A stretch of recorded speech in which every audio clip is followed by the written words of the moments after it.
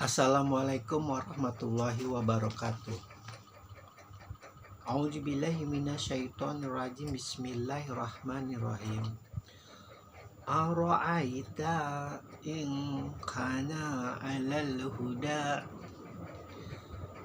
Bagaimana pendapatmu jika dia yang dilarang sholat itu berada di atas kebenaran atau petunjuk?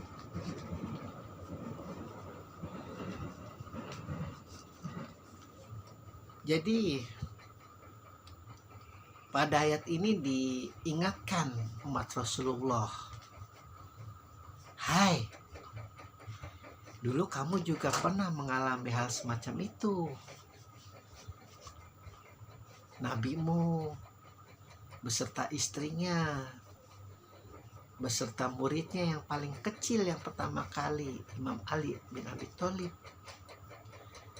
dilarang sholat oleh kaum kafir Quraisy. Dan betapa pedih rasanya, betapa luar biasa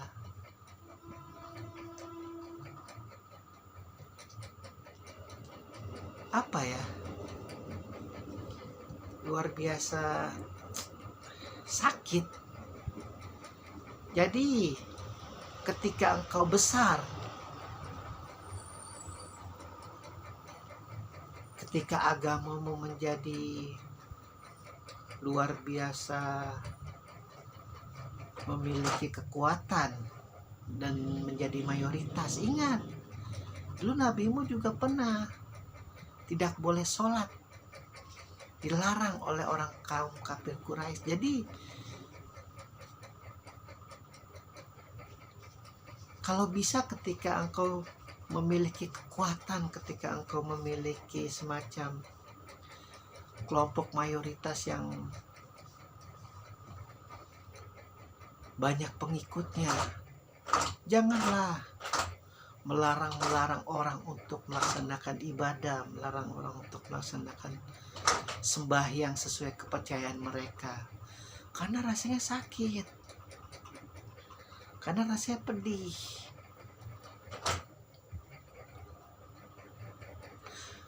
Kalau kita dijalimin gak apa-apa, biarin, karena Tuhan kita pemilik seluruh alam semesta, pencipta langit dan bumi.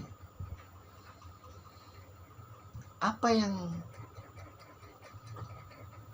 menjadi hak kita karena kita dijalimi oleh mereka, itu tidak apa-apanya dengan kenikmatan yang kita punya. Kenikmatan iman dan Islam itu luar biasa, dimana orang harus berusaha mencari, dimana orang berusaha untuk berjuang menggapai sedikit demi sedikit kenikmatan iman dan Islam itu. Kita sementara mendapatkannya dengan cuma-cuma. Luar biasanya dari ibu, dari bapak kita, dari keturunan nenek moyang kita. Jadi ketika kita melihat umat minoritas yang ingin beribadah, lalu kita larang seperti kaum kafir Quraisy, itu pasti sakit rasanya, karena memang logika mereka belum bisa mencapai taraf Rasulullah. Akal mereka, hati mereka, batin mereka, hawa nafsu mereka belum mencapai. Jadi kalau kita larang itu malah menjauhi mereka kepada keyakinan kepada Allah, bukannya menambah. Bukannya kita ingin mencari muka ya, mengejar simpati, tidak. Tapi itu emang sunnah Rasulullah. Rasulullah sangat murka ketika ada umatnya yang memaksakan agamanya kepada orang-orang yang belum terbuka hatinya. Karena ketika Abu Lahab, kembali lagi ke surat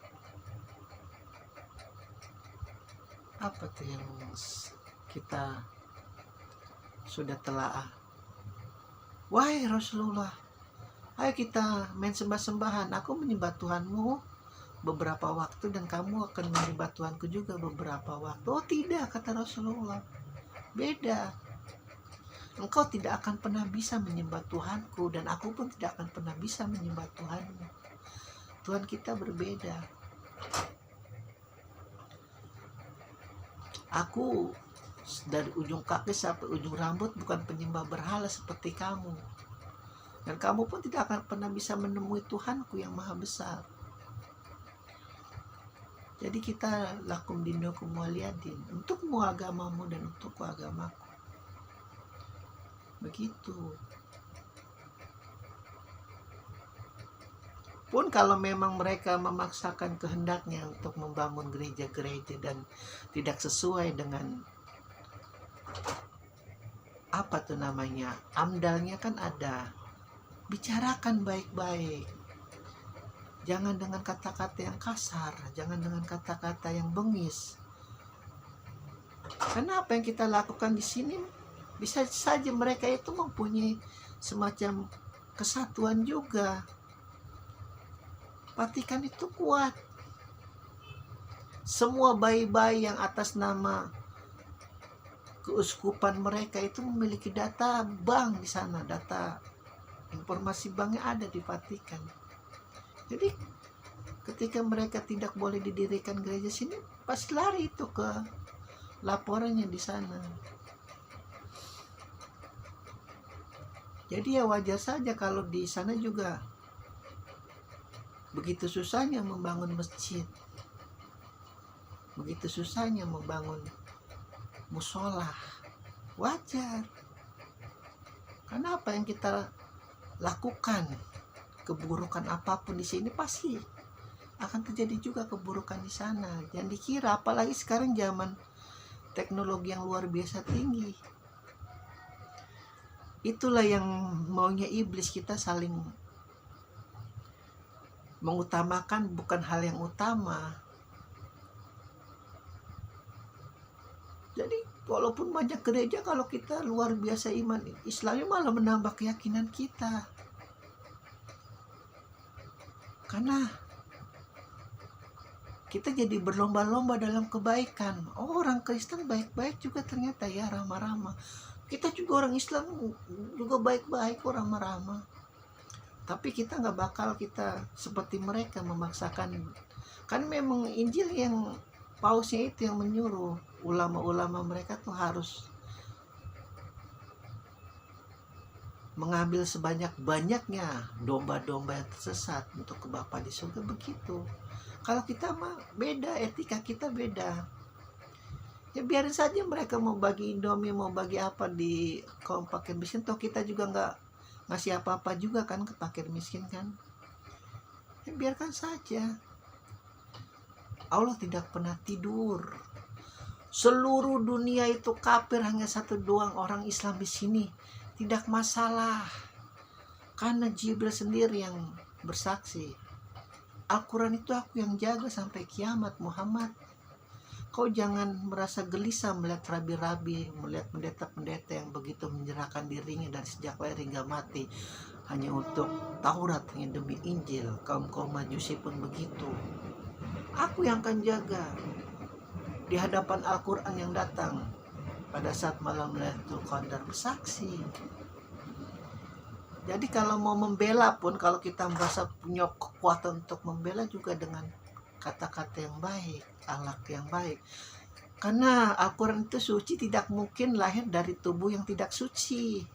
Dan orang suci itu tidak mungkin menghardik, tidak mungkin mengkafir-kafirkan, tidak mungkin membinatangkan manusia, bermusuhan dengan kaum-kaum pelacur, kaum-kaum bermaksiat, tidak mungkin. Pasti caranya sangat santun, sangat saleh.